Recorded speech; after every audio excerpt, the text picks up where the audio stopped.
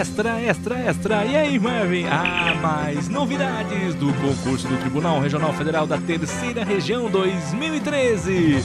Um oferecimento do curso do professor José Elias, né, Marvin? O homem é fera em raciocínio lógico e matemática. E é claro, o oferecimento também do curso do professor Kanashiro. Nós já havíamos dado furo que a instituição iria ser a Fundação Carlos Chagas. Era classified, era confidencial naquela época.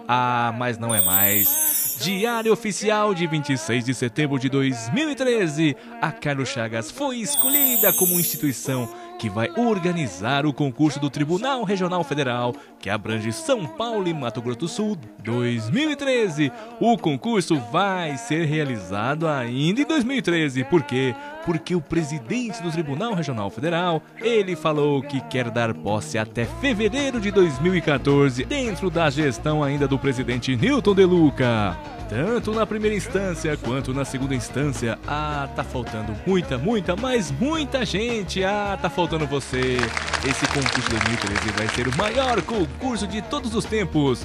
Dentro do prazo de validade desse concurso, as novas varas federais que foram criadas em 2013, mas tá faltando muito servidor. E ainda em 2014 tem novas varas federais. E uma onda imensa de aposentadorias dentro desse prazo de validade.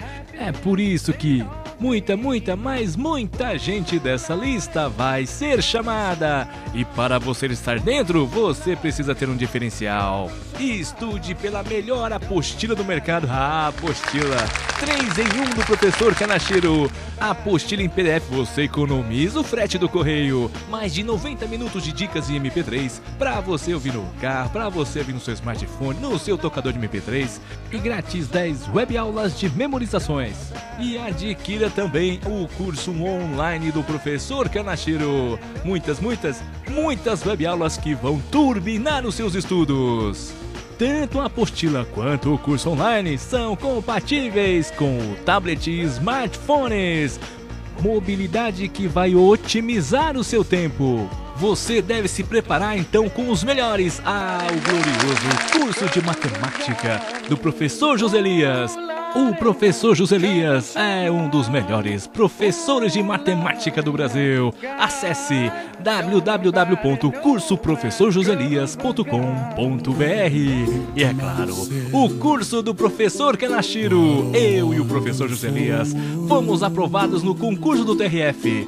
Vai ser uma alegria poder participar da sua aprovação. Acesse www.professorkanashiro.com.br. Prepare-se com quem já foi aprovado no concurso do TRF.